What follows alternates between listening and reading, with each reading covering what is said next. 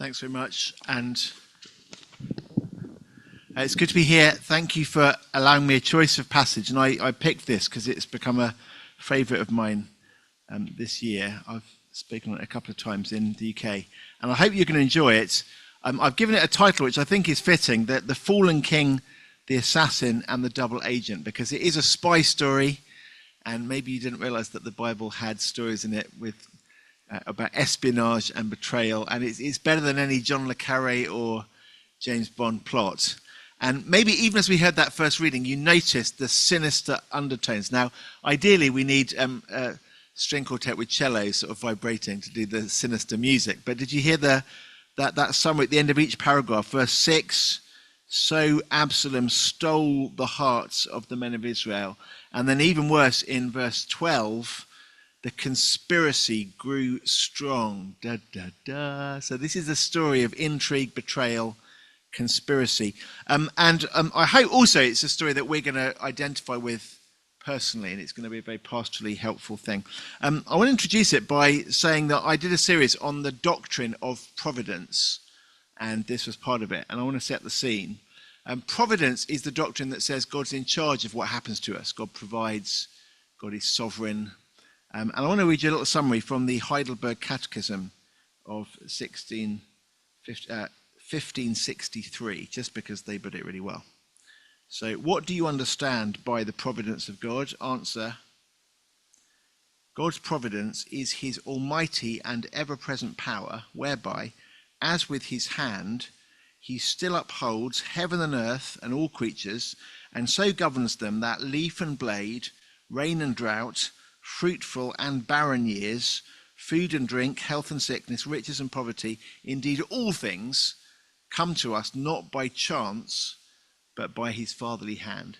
It's a great summary. And what it's saying is, like, if you're an atheist, then you think that the world is random, everything that happens to you is random. In the words of Bertrand Russell, the British atheist philosopher, mankind is nothing but a chance collocation of atoms on a minor speck of interstellar dust. You know, we're here by accident. Everything that happens to us is just atoms bumping into one another meaninglessly. But the Christian doesn't believe that. The Christian believes there's a God who rules, and according to this summary, and it's a biblical summary, God rules everything.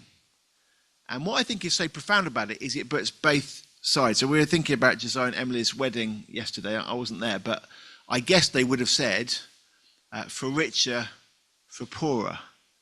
It's profound, isn't it, in the wedding vows? You're not just saying, I'm marrying you if we get more prosperous, but I marry you and we might get less prosperous. Someone might lose their job, there might be debts, or for richer, for poorer, for better, for worse. It's quite frank, isn't it, to say at a wedding, it might be worse being married to you, but I'm in it for that. It's honest, isn't it? It's a robust promise. And then in sickness and in health, who knows? Maybe one of us will end up caring for the other for a large part of our life. And this summary is like that as well. God is in charge of health and sickness. So he's in charge of when the cancer diagnosis comes, as well as when you get the all clear. Riches and poverty, indeed all things. Now, maybe you believe that. I hope you believe that. It's a very comforting thing, actually, to know that the world is not random, especially when bad things happen. It's not out of control, but it comes to us as from God's hand. But then that raises the question for me, and probably for you as well. If God's in charge of everything that happens, what about when I've messed up with God? What about when I've done bad stuff? What if bad things happen to me? Is that God sort of giving me what I deserve? Is it payback? Is it the consequences of things that I've done wrong? And if you're conscious of having sinned before the Lord, maybe you wonder, how will he deal with me in his providence? Now, we know that God is forgiving, and that we can escape from condemnation at the final judgment day by trusting in the Lord Jesus. We've just heard that in our absolution. That's wonderful. But that doesn't mean the consequences all go away, do they? So you could be an adulterer who's forgiven. I mean, adultery can be forgiven, but it doesn't mean the consequences go away, and the way in which families can be destroyed, and that doesn't automatically mean that you're going to see the children, or you're going to get custody, or that there's a fallout from things we've done wrong, and just forgiveness in the judgment. And that's the big thing, I suppose. But then, how will God deal with me in his providence when I don't deserve him to be good? And that's the question here. Because, and what I'm going to do in this talk is really just tell the story. I'm actually going to take not just chapter 15, but I'm going to take chapter 11, 12, 15, 16, and 17. So we're looking at a lot of 2 Samuel. And don't worry, it's not going to be insanely long as a sermon, even though I have 8 points, which is more points than I normally have. So don't panic, we'll get through this. And the points aren't really teaching points, they're just the sort of the scenes in the drama. And I deliberately haven't told you point 8. That's not a mistake, because you know how annoying it is if you go on Netflix wanting to watch a new show and accidentally it's season 4, you didn't realise, and you watch season 4, episode 1, instead of season 1, episode 1. And it kind of spoils it. You think, well, what's the point of watching season 1 now? Because I already know what happens. Well, I didn't want that to happen to you. So unless you've read ahead, which you may have done, then you don't know what's going to happen at the end. And I want that suspense as the story is told. We're just going to track through it. I'm just going to tell the story slowly. We're going to follow it. But I hope we'll see that this story of what happens to David is very pertinent to what happens to us when we're conscious that we've messed up. And we don't know how God will deal with us, because David has messed up. So I call it the backstory. You know this bit probably. Famously, David was a king about 1000 BC, about 3,000 years ago, in Jerusalem. And one day, while he was at home, when the soldiers had gone out to war, but he was stayed in the palace, he sees a beautiful woman called Bathsheba taking a bath. That works if you have a Northern English accent. I don't know if do you call it a bath? That doesn't work. But anyway, Bathsheba taking a bath. And he sees her and he likes her. And being that he's the king, there's ways and means he can have what he wants. And so he takes this woman and has sex with her. And even though she's married to somebody else, and he violates her. And then he's got a problem. Because this happens when no one else is around, and he thinks he can get away with it. But unfortunately, she gets pregnant, and so in time there's going to be a bump, and then there's going to be a baby, and then people are going to realise that the husband was away on battle at the time. So you just do the maths, and you know how long it takes for pregnancy, and you think, well, he wasn't there when this baby was conceived. So who was it? He was the father, and then the rumours start to spread, and David might get found out, right? So, but it's okay, because David is a powerful man. And it turns out that if you're powerful enough, then you can cover things up if you need to, often. So recently we've seen this in the UK with Mohammed Al-Fayed, who owned the Harrods department store, and it turned out he'd abused scores and scores of women who worked for him. But he was powerful, he was rich, he was influential, he had a private security detail, people to make threats or payouts, and he could keep the whole thing under cover. And we only found out what had happened after he died. Sadly, in this world, if you have enough power, oftentimes you can make things go away. And so David needs to make it go away. And he tries various things. He tries to get Bathsheba's husband back from battle, sort of close enough to the time of conception that it's plausible that he might be the father. But that doesn't work. And so in the end, well, sadly, it's just necessary an assassination that looks like a military accident. And he sets up the whole thing, and it works. Brilliant. And then, even better than that, David then gets to step in, because now this woman's a widow. And he says, I'll father the child myself. I'll look after the child myself and bring her into the palace. And what a noble man he was to look after this fatherless boy. And the cover-up works, and no one knows, except for the last verse of chapter 11, which says, but the thing that David did displeased the Lord. Because it turns out God noticed what was going on, obviously, and he didn't like it. That's the thing, isn't it, about cover-ups, because you can cover things up if you're resourceful enough, rich enough, powerful enough. You can cover things up from other people, but of course you can't cover them up from God. I mean, God sees everything. So what are you thinking of? Now, this is quite chilling, I think, because Christians try to cover things up. Did any other people find out about this? this sin. And that happens in politics, and it happens in businesses, and it happens in churches. But of course, you cannot cover it up from God. So David he's kind of thinking only on the horizontal plane. What do other people know? And he's forgot the key question. What does God know? Cover-ups are entirely pointless if you believe in God, because there's a judgment day and everything's going to be laid bare, and he saw anyway. In Britain now we have, I think, more CCTV cameras than people.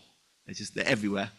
And they can just record. I mean, obviously no one's actually watching them in real time because there's too many cameras, but you can record it all for later, or you can get AI to facially recognize people and tell the government exactly where you've been, and etc. It's quite kind of scary. But of course, God doesn't need CCTV cameras. He sees everything all the time, always.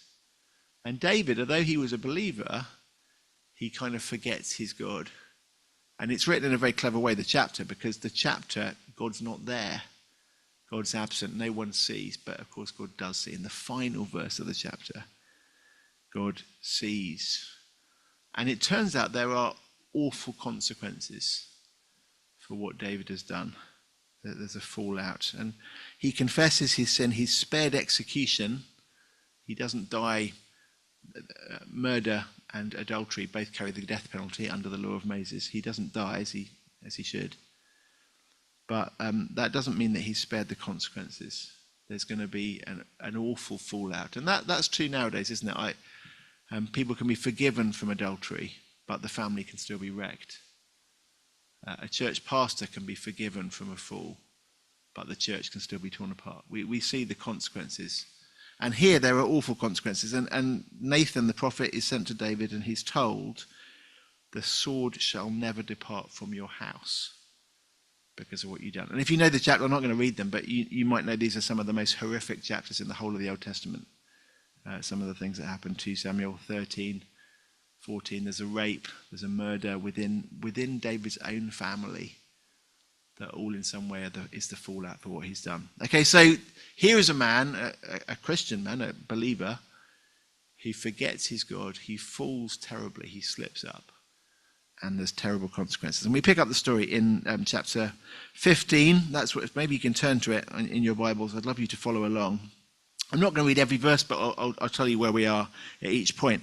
And in chapter 15, we meet Absalom. Absalom is the son of David, but he's plotting against his own father. There's a betrayal within his own family. And just to pick up the final verse of chapter 14, Absalom comes to the king, and the king kisses him. I think that's significant, because there's another place in the Bible where someone is betrayed by a kiss by somebody very close to him. And this makes you think of that occasion, I think.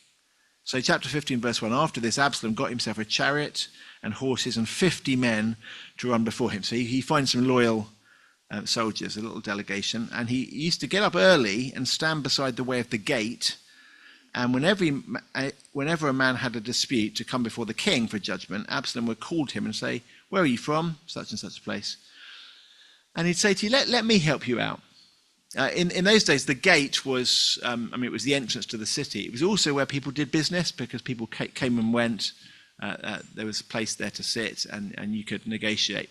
And Absalom basically intercepts people in the queue before they managed to get through to David. So I don't know how things are in Capitol Hill in DC, but I guess there's probably quite a big backlog in terms of admin, and people have to wait a long time to get an answer, probably. Or maybe that's the same in the Connecticut state government. And imagine you're there to go and see the administration, and Absalom intercepts you and said, oh, are you trying to get justice from the department of such and such? Oh, you'll never get through. The queue is sort of endless, but if only I could help you, I'd be sure to get you justice. And so I like this guy. He's a can-do kind of guy. I wouldn't mind if he was in charge. And so gradually he gets favor with all the people, or to quote the author, he stole the hearts of the men of Israel.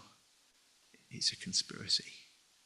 People are joining him. And then 4 years later, he does this for 4 years, gradually working behind the scenes. And then he's ready for the next stage in his plan. He says to the king, i.e. his own dad, Dad, please can I go to Hebron, because well, I made a vow to the Lord and I want to go and fulfill it. So under the auspices of worship, do you mind if I go on a pilgrimage to Hebron? Dave says, yeah, sure, off you go. But actually it's a secret conspiracy, because he's stationed in the crowd at Hebron, a whole group of people who are all going to suddenly say, on the blowing of the trumpet, they're all going to stand up and say, Absalom is king. And then all of these other people who aren't really expecting it, they're going along in innocence. They say, oh, is he? Oh, okay then. And they like him anyway, because he's the guy who told them he could get them justice quickly, and they back him. And it works. The conspiracy grew strong. The people with Absalom kept increasing. Okay, so you get the idea. Now, as we begin this spy story, it's a story of a king who's messed up, a Christian who's forgotten about God, done a terrible thing, and a conspiracy against him from his own family. Okay, so you got the setting of the story. Now, I need to introduce you to a couple of other key characters. Now, I said this yesterday as an excuse for my rap, and today my excuse is, again, I taught this in a youth context, and the kids enjoyed it, and I thought, I think the adults will enjoy it too. So I'm sorry if it's too unconventional, but what I did with the children is, whenever we heard the word Ahithophel is the master assassin. He is a feared man. So when I say Ahithophel, you have to go, okay, so and what happened, I did this with the youth thing. I then did it at my church, Grace Church, Greenwich, London, and people humoured me for the first couple of times, and then they thought, no, I'm going to leave them to it. And a couple of faithful people, they did it the whole way through the sermon. So we'll see which you are. So Ahithophel, okay, and then the other person you need to know about, Ahithophel's the double agent, the assassin. The other person is the double agent. His name is Hushai. And Hushai, so you've got to imagine I'm wearing a cloak like this. If you've got a jacket, you can do it with your jacket. Hushai, he is the deep cover double agent. Okay, that will make it a bit more fun, and we'll follow those characters as we go. So far, Absalom is plotting. He's been declared king in Hebron. David is in Jerusalem, the capital city, but he's got to run. So verse 13, chapter 15, verse 13, a messenger came to David saying, the hearts of the men of Israel have gone after Absalom.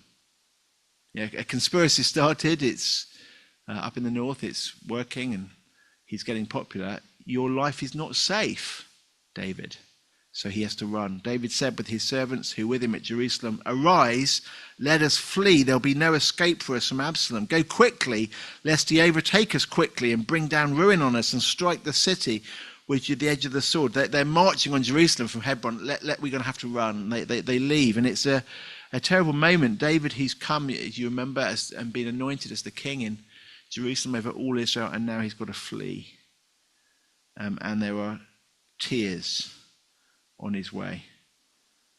So look at verse 23. All the people wept as the people passed by. The king crossed the brook Kidron. The people passed on towards the wilderness. Look at verse 30. David went up the ascent of the Mount of Olives, weeping as he went, barefoot with his head covered. All the people who were with him covered their heads as they went, weeping as they went. It's a sad thing, but there's consequences. As often in life, there's been a public sin, and he's got to go. The kingdom's going to be torn away from him, and with tears of, I guess, regret and maybe repentance as well, and out he goes. And then things are about to go much worse, because chapter 15, verse 31, it was told David, Ahithophel is among the conspirators with Absalom. Now, that's how he feels when he hears the name, right? Because Ahithophel, he's a frightening man. He's one of David's counselors. He's very effective. David thinks, I am sunk if he's on the enemy side. He's really frightened. And he prays that sort of desperate arrow prayer. Lord, please turn his counsel into foolishness. Please frustrate his plans. Otherwise, I'm a goner.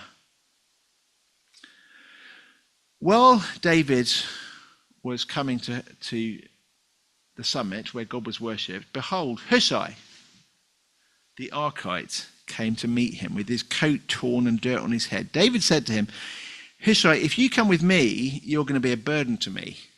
But if you return to the city and say to Absalom, I'll be your servant, O king, as I've been your father's servant in time past, now I'll be your servant, then you will defeat for me A's counsel. I'm not going to keep saying the word because I don't want to, but you'll defeat that master assassin's counsel.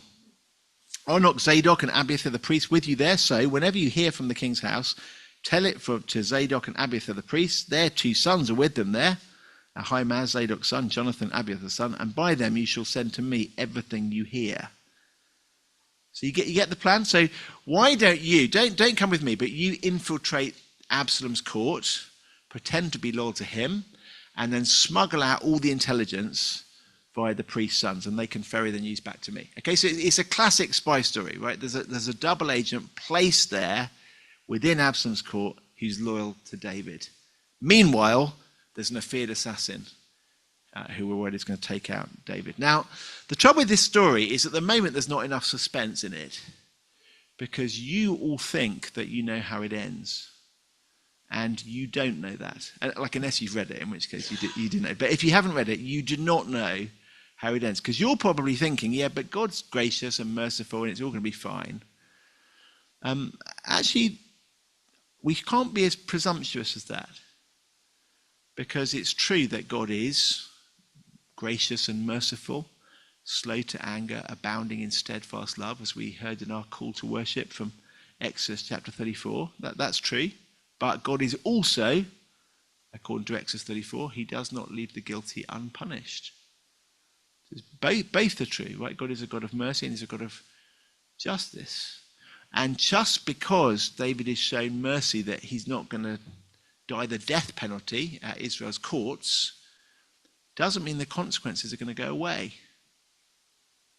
The adultery might still destroy the marriage, might still mean you don't get to see the children. Your company might still be dismantled. The church where you were unfaithful might still be wrecked. No, there's not an easy presumption here. And I tell you that we don't know whose side the Lord is on. Is God still with David or is God now with Absalom? We don't know that because David doesn't know that. And I want to show you that in the text. So look at chapter 15, verse 24. So Abiathar came up, and behold, Zadok also came with the Levites, bearing the ark of the covenant of God. So the ark, there's 2 arks in the Old Testament. One of them's a boat that Noah uses. The other one's a box. This is the box one. The ark is a special box. It's a covered in gold box, and it contains in the box, anyone remember?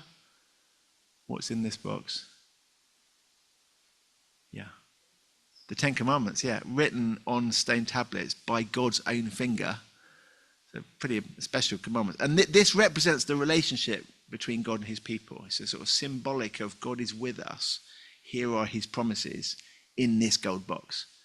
Now, they got this wrong earlier in 1 Samuel, where they tried to use God's covenant promises as a kind of special weapon. So I think if we got the ark, then we're definitely going to win.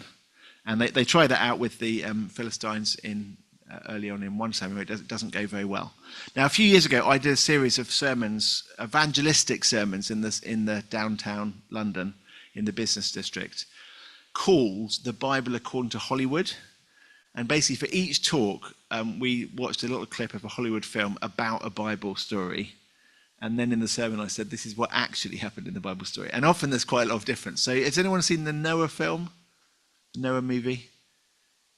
It's a terrible movie. Do not watch this movie. As in, I mean, they got good CGI, it's good effects, but it's so different from the Bible story of Noah. I mean, it's basically Noah's an eco-warrior who thinks God's telling him to wipe out humans because the animals will be happy without humans. It's not really quite how the Noah story goes, is it? But they do that. And then I said to a friend who's actually in the movie industry, I said to Francis, I did Noah last week. This week I've got to watch Exodus, Gods and Kings. I'm hoping it'll be better. He says, Andrew, it's worse. And it is worse. I mean, it's a terrible retelling. Anyway, so I had all these films where Hollywood sort of adjusted the Bible story to its own agenda. But surprisingly to all of us, the most accurate Bible story of all, the most accurate film was Indiana Jones and the Raiders of the Lost Ark. Who knew? Who knew? I mean, it wasn't. I mean, obviously it's fictional. There's not actually an archaeologist who found the Ark. But in terms of the theology of it, they totally nailed it. Because in the film, it's all about how people want to try and harness the Ark as a weapon in their own hands. And God's not up for that. And that's how it always goes in 1 Samuel 2. They try to use the Ark as a kind of lucky rabbit's foot. If we've got this special religious object, then God has to bless us. No, he doesn't. And David knows this, and notice this, he refuses to presume upon the ark as being on his side. Verse 24, Abiathar came up, behold, Zadok came up with the ark, and the king said, carry the ark of God back into the city. If I find favour in the eyes of the Lord, he'll bring me back and let me see it and its dwelling place. But if he says, I have no pleasure in you, behold, here I am, let him do to me what seems good to him. It's a very poignant thing, this, isn't it? David won't presume, I don't know whether God's on my side. I think we get this wrong in England, and I think in America you get it wrong as well. We assume God's automatically on our side, because obviously God's an American or God's a British guy, right? So in any kind of conflict, well, God would be definitely with us. Like, would he? And it's just the humility to say, I don't know. It's up to him. Especially when we've done wrong. I'm not going to presume on his blessing. Take the ark back. Let's see what God decides. That's the first clue. We don't know what side God's on. David doesn't know what side God's on. Another bit of evidence, just look at chapter 16, verse 5. When David came to Bahurim, there came out of the man of the family of the house of Saul, long-term rivals of David, a man whose name was Shimei, the son of Gera, and as he came, he cursed continually. So this man's a really nasty piece of work. You've got to imagine him. I imagine he's, I don't know, but sort of short and grumpy and sort of unkempt face, and that's how I imagine him. But he's there, and he throws stones. I don't think these are like missiles. It's not like there's a danger from him. They're just like he's picking up gravel. But he's just kind of walking along the valley going, and like he's almost like a kind of pantomime comedy character, just being thoroughly unpleasant, throwing stones at him. And he threw stones at David and all the servants of David and the people and all the mighty men on his right side of his life. And Shimei said as he cursed, and even though he's no threat militarily, we'll see that in a minute, listen to what he says. Shimei says as he cursed, get out, you man of blood, you worthless man. The Lord has avenged on you all the blood of the house of Saul in whose place you've reigned, and the Lord has given the kingdom into the hand of your son Absalom. See, your evil is on you. You are a man of blood. Now, I think that hurts. Because, well, partly at least it's true, isn't it? I mean, David is a man of blood. He's got a man killed. He's covered it up. Shimei knows the truth. Your evil is on you. And those words are painful if you're conscious of your sin. And then these words, the Lord has given your kingdom into the hand of your son Absalom. I mean, maybe he has. Now, some of you who know the Bible well, you're thinking, no, but Absalom can't win because of the promise of 2 Samuel 7, that famous chapter, where God promised to David, there will always be a king on the throne of David in your line. But when you think about it, that promise doesn't save you because Absalom is the son of David. He's in his line. So God is keeping that promise. It's entirely possible that God says to David, enough with you. I'm not going to kill you. There's been mercy. You're not going to have the death penalty. But nonetheless, you're going to have to face the consequences. The kingdom's going to be torn out of your hands. And we don't know. We can't presume. There's not a sort of cheap, it's all fine, don't worry. And maybe it's not fine. Maybe there are going to be consequences. Okay, so the story's sort of maximum tension, and we're going to find out what happens. So firstly, Hushai, unfortunately, he's not really very good at this. When it comes to the espionage team, he's not really your star candidate. He's a bit of a hopeless spy. So let's just track his attempts. Chapter 16, verse 15. Absalom and all the people, the men of Israel, came to Jerusalem. So, Absalom becomes king in Hebron. Then he takes on the capital city. He's now captured the capital city. And Ahithophel with him. And when Hushai, the Archite, David's friend, came to Absalom, Hushai said to Absalom, "Long live the king!" He's got to sound convincing at this point. This is his moment to infiltrate. Yes, God, long live the king, long live the king. And Absalom says to him, "Aren't you David's friend? Aren't you like literally David's best friend?" So it's as undercover, deep cover penetration goes, it's not going very well, is it, in scene 1? Is this the loyalty you say to your friend? And then Hushai's got to do some pretty quick thinking. And he says, "No, for whom the Lord and this people and all the men of Israel have chosen, his I will be." Now, when you think about it, it is a masterfully ambiguous promise there. I'm with the people, with the one that the Lord's with. Yeah? Well, who is that? Is that David or is that Absalom? I'm with the one that all the people are with. Yeah, exactly. He's that. Right? Because Absalom's increasing in popularity. David's on the run with just a few people. Like, who is this? And fortunately for for Hushai, Absalom's ego is big enough that he assumes that must be him. Oh, that'll be me then. And so Hushai gets away with it. So we got the double agent is placed, narrowly escapes detection, and then we meet the other man. Then Absalom said to Ahithophel, "Give me your counsel. What should we do?" And he said to Absalom, "Go into your father's concubines, whom he's left to keep the house, and all Israel will hear that you've made yourself a stench to your father, and the hands of all who are with you will be strengthened." So they pitched a tent for Absalom on the roof, and Absalom went into his father's concubines in the sight of all Israel. So it's a grotesque scene. Basically what happens is there's a tent on the roof in full view of everyone. Absalom has sex with all the women from the house, sort of publicly. It's a sort of shameful thing. But the idea is it humiliates David, like he couldn't even protect his own women. I guess it's the sort of thing that happens in modern warfare sometimes, grotesquely. Rape on account of war. It's a horrible scene, and it shows that David's yesterday's news. No one's going to fight for him anymore. So it's a piece of propaganda, basically. But then you get this. Look at verse 23. In those days, the counsel that Ahithophel gave was as if one consulted the word of God. So was the counsel of him esteemed, both by David and by Absalom. Now, what does that mean? It could just mean that he's like very shrewd. He's very clever. It's like his advice is just as good as God's advice. It could mean that, but there's more to it than that, actually, because in 2 Samuel chapter 12, when the prophet Nathan confronts David about his adultery, he says this. He says, "The sword shall never depart from your house because you despise me. You've taken the wife of Uriah the Hittite to be your wife. Thus says the Lord, I will raise up evil against you from out of your own house.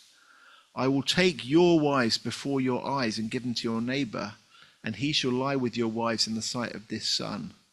You did it secretly. I will do this thing before Israel and before the sun."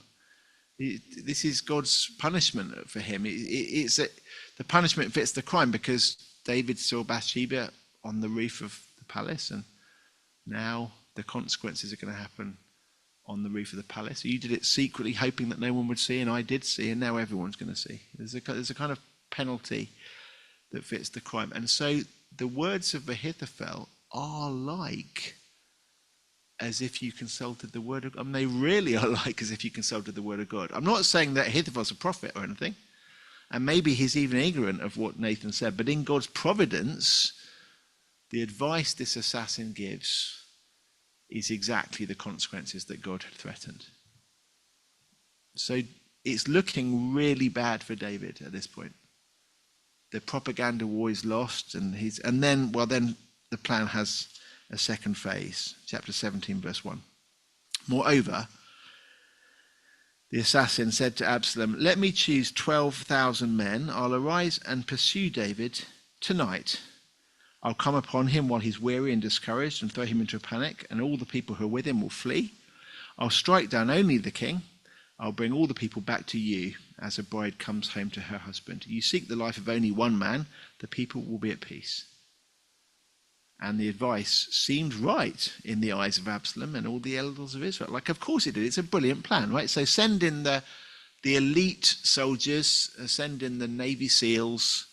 Let's go now. David's already in a fluster. He's panicking. Let's get him now. Everyone else is going to run. You take out the key guy, and the whole civil war's over before it's even started, and then you'll be a hero. You see why they fear him. It's a brilliant plan. Then Absalom said, "Let's see what Hushai has to say." Like what? Why? Like, the guy who is David's friend, and you just heard a brilliant plan. Everyone thinks it's a brilliant plan. Let's just hear, just for the sake of, hearing the full range of arguments. Hushai, what do you reckon? Do you agree? Now, poor guy. Imagine you're Hushai. You've got to think pretty quickly at this point, right? What are you going to say? Yeah, well, I mean, no disrespect to Mr. Ahithophel, but this time, he says it's not very good advice. Like, yes, it is. So what's your advice? Okay, so here is the speech of his life, and he's got to really go for it. So Hushai said, "You know that your father and his men are mighty men, and they're enraged like a bear robbed of her cubs in the field." And he's got to give it some colour, right? He's playing on Absalom's fears now. Your father is experienced in war. He won't spend the night with the people. Even now, he's hidden himself in one of the pits or some other place. If you know the story, you know that there was a scene earlier in 1 Samuel where David is hiding in a cave and almost manages to take Saul's life, and has the opportunity to take Saul's life and refuses to. So look, you know your dad, and maybe he's playing on the fears of, those wrestling matches when you were a teenager, your dad could have you. He's a strong man, your dad. And he's a shrewd man, isn't he? He's good at war, and he knows how to, it could go wrong. You don't want to take on your dad, do you? So he's playing to his fears, but then he worries that he's over-egged it, and he's got quite a tightrope to walk here between fear and then accidentally insulting Absalom. He's got a big ego, as we know. So then he pivots and goes the other way. So your dad is like a bear enraged, but then he says, verse 10, "Even the valiant man on your side, whose heart is like a lion." So your dad's a bear, but no offense, you're like a lion, but even so, a bear versus a lion, it's kind of risky. You can do those YouTube channels where somehow the wildlife photographers have captured every single possible conflict. So you can do like elephant against anaconda, or you can, and someone's filmed it somewhere, and it's not always the one you expect is going to win. Lion versus bear, I don't know the outcome of that. I mean, I saw lion versus elephant, and the elephant just stamped on the lion's head, so you can't always tell. So which way is it going to go, this battle? So play on his fears, and then Hushai's got an alternative plan. How about this plan? How about this insane plan? Okay, verse 11. "My advice," says Hushai, "is that all Israel be gathered to you from Dan to Beersheba, as the sand by the sea from multitude, and that you go to battle in person. We'll come to him in some place where he's to be found," and admittedly, we've given him a bit of time to escape, but we'll get him. "And we'll light upon him as the dew falls on the ground, and all the men who with him, not one will be left. We'll kill everyone. If he withdraws into a city, then all Israel will bring ropes to that city and will drag it into the valley until not even a pebble is to be found." Now, just think about this. Now, which is the best plan, right? So you've got someone you need to assassinate. Either, A, send in the elite squad, the Navy SEALs, whatever, do it now, or conscript the entire population of the United States of America. I mean, that won't take long, will it? Just imagine. So you have to get everyone somehow together in basic military training, and this mega army which you can lead yourself in person. It's just a vanity project. Imagine an army comprising the entire population. It's going to take months to organise it. Meanwhile, David is long gone. Don't worry if he's long gone.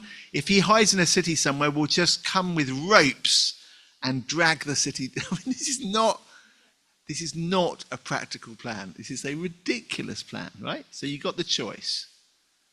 The advice of Ahithophel, the master assassin, or the almost comically bad advice of, he's doing his best, isn't he? Bless him, Hushai. And it almost makes me, I do find it, I said this earlier thing makes me emotional to read it, and it still does, the ending of the story. Absalom and all the men of Israel said, the counsel of Hushai, the Archite, is better than the counsel of Ahithophel. What? Like, are you kidding me? Because it's not, is it? It's much, much, much worse advice. Like, what's going on? Oh yeah, his plan sounds good. Yeah, the one where we get the entire population of the whole country, that sounds like a good plan to me. Everyone goes, yeah, let's go with that guy. Hushai, he's the guy. What? And then here is the most important verse in the whole 4 chapters. For the Lord had ordained to defeat the good counsel of Ahithophel, so that he might bring harm on Absalom. Now, I hope that surprises you a bit. It should do. Like, we can't presume on this. I tried to set up the sermon so we could feel the narrative, the way the story is told in the narrative. It turns out that God is kind to David, and he wants to spare him. He doesn't owe him. He's been merciful enough already to spare him the death penalty. Yeah, it would be fair if David had to face the consequences for what he's done. But God's just kind. He doesn't treat David as his sins deserve. And he's spared.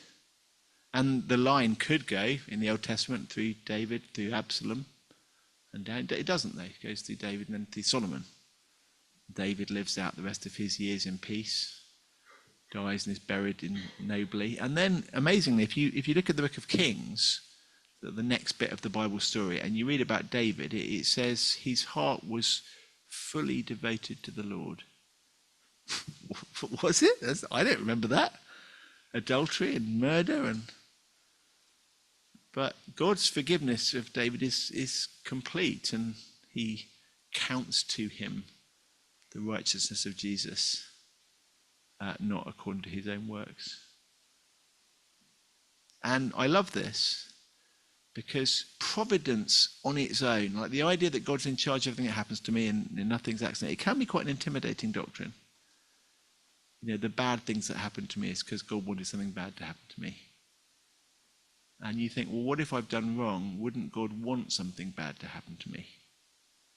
And we read this and we realize, no, God is both in charge and he's also kind.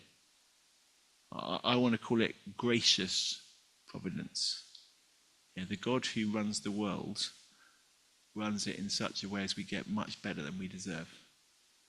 And that's a wonderful comfort. What we're going to do, I know you don't always do this, but I asked Dan's permission and he was happy.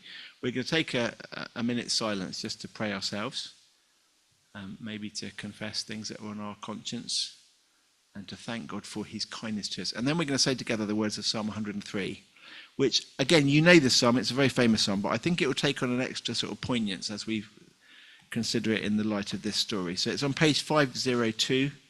Maybe you can have that ready. And then I'll give us a minute just of quiet prayer, and then we'll say these words together. Let's be quiet before the Lord.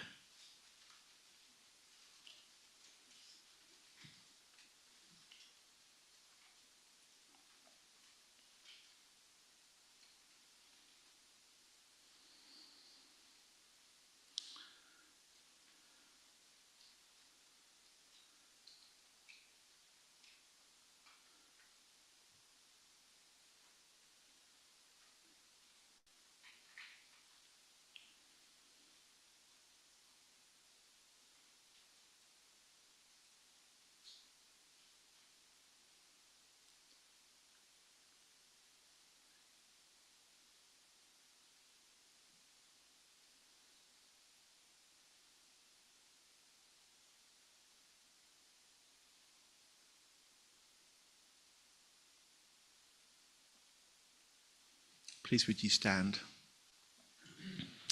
And I'll read the odd verses, you read the even verses. Psalms in the Bible, sometimes they're addressed to God, sometimes they're addressed to each other. This one is addressed mainly to ourselves. We're addressing our own souls as we speak. So Psalm 103 of David. Bless the Lord, O my soul, all that is within me, bless his holy name. Bless the Lord, O my soul, and forget not all his benefits. Who forgives all your iniquity, who heals all your diseases. Who redeems your life from the pit, who crowns you with steadfast love and mercy. Who satisfies you with good, so that your youth is renewed like the eagles. The Lord works righteousness and justice for all who are oppressed. He made known his ways to Moses, his acts to the people of Israel. The Lord is merciful and gracious, slow to anger and abounding in steadfast love. He will not always chide, nor will he keep his anger forever. He does not deal with us according to our sins, nor repay us according to our iniquities. For as high as the heavens are above the earth, so great is his steadfast love towards those who fear him. As far as the east is from the west, so far does he remove our transgressions from us. As a father shows compassion to his children, so the Lord shows compassion to those who fear him. For he knows our frame, he remembers that we are dust. As for man, his days are like grass, he flourishes like a flower of the field. The wind passes over it, and it is gone, and its place knows it no more. But the steadfast love of the Lord is from everlasting to everlasting on those who fear him, and his righteousness to children's children.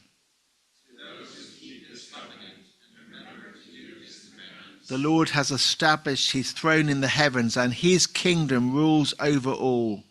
Bless the Lord, O you his angels, you mighty ones who do his word, obeying the voice of his word. Bless the Lord, all his hosts, his ministers who do his will. Bless the Lord, all his works, in all places of his dominion. Bless the Lord, O my soul.